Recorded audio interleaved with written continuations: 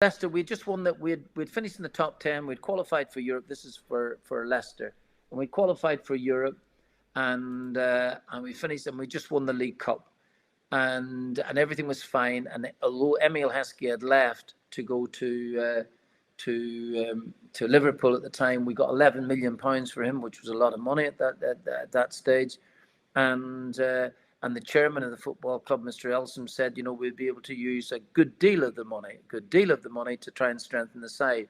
So everything was looking fine. Then this opportunity to manage Celtic came through Dermot Desmond and Alex Ferguson. Dermot asking Alex Ferguson who would he recommend for the job, and I was one of a couple of people that Alex recommended, and Dermot Desmond spoke to me, and we got on really, really fine, and I became the manager, and he had a number of other choices. So I thank him greatly for that opportunity. So that came in the summer of 2000. Now, to answer your second point, Celtic, other than stopping Rangers from going 10 in a row in one particular year, had had a tough old time of it in the past decade. So I was hoping to try and change their fortunes round. Easier said than done, I think, but that's what I was trying to do. And but did I realize what the sort of task was, and did I realize what I'm letting myself in for?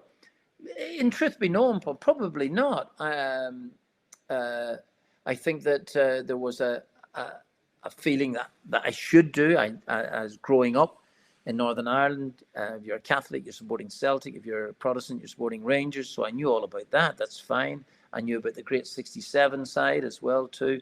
Again, Jock Stein. But was I prepared for the sort of scrutiny that you are under every single day? Not just in the lead up to a game, not just in the immediate aftermath of a game, but every single day. Probably wasn't used to that and didn't think it. But that was the nature of it. And you either decided that this is part of the life and you just get on with it, or you sink. And I decided that this is going to be part of my life. Yeah, but like, what a period that was. I remember being a kid, and our family obviously here would be Celtic fans. I was growing up as well. And then you would be going up to the pub and everyone up there is a Celtic fan. And if you were to actually ask, a 6-7-year-old me, would you be sitting here speaking to Martin O'Neill all these years later, having seen everything he's achieved? It's mad. It's like what a team that was. You had Larsson, Hartson, Sutton, Alan Thompson, Neil Lennon, Didier Agathe, then you bring it back to Jackie McNamara, all these players. There was just so many good players, and competing at a really, really good level. Like, let's not forget, obviously, the UEFA Cup run, getting to that final against that side, Mourinho's Porto, who obviously went on then to win the UEFA, and then the Champions League the year after. But like, that's right.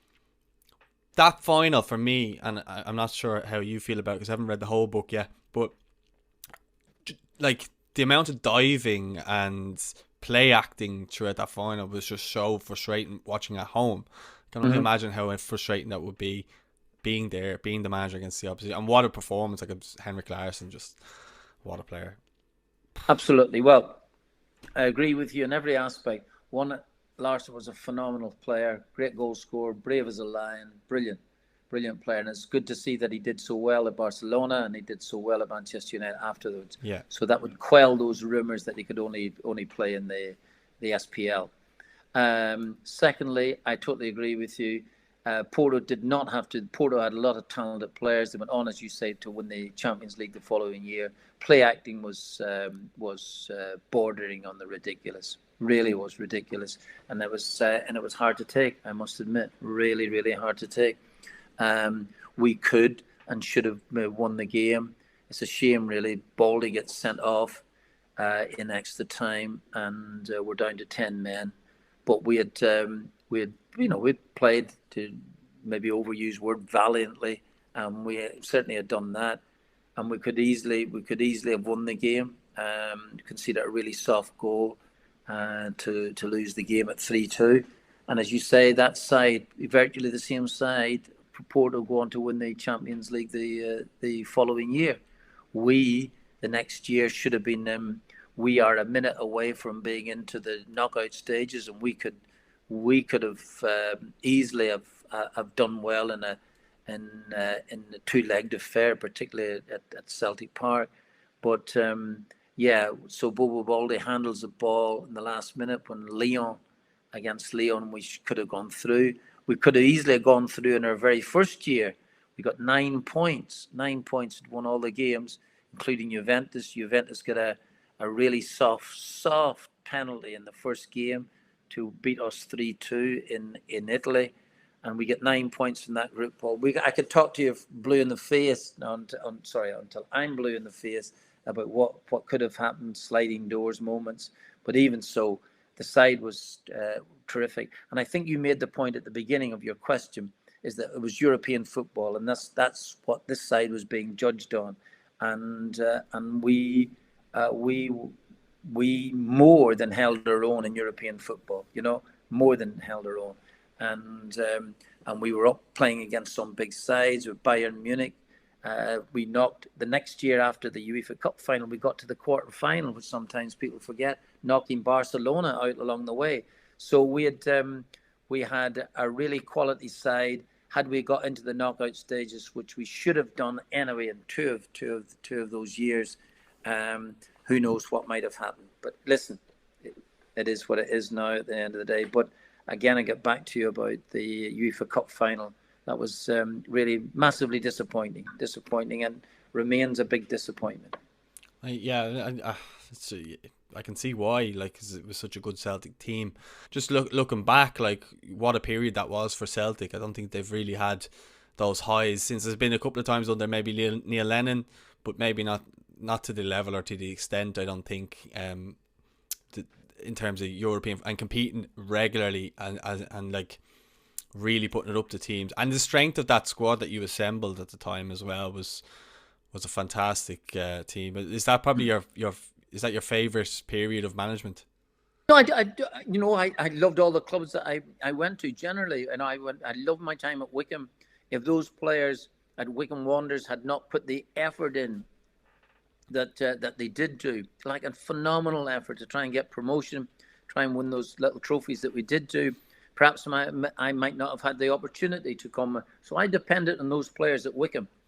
Yeah, that's fair. For that, I'm eternally grateful for that. Had they just decided, no, don't fancy this, I'll rather do another job or something this year, it could be so different.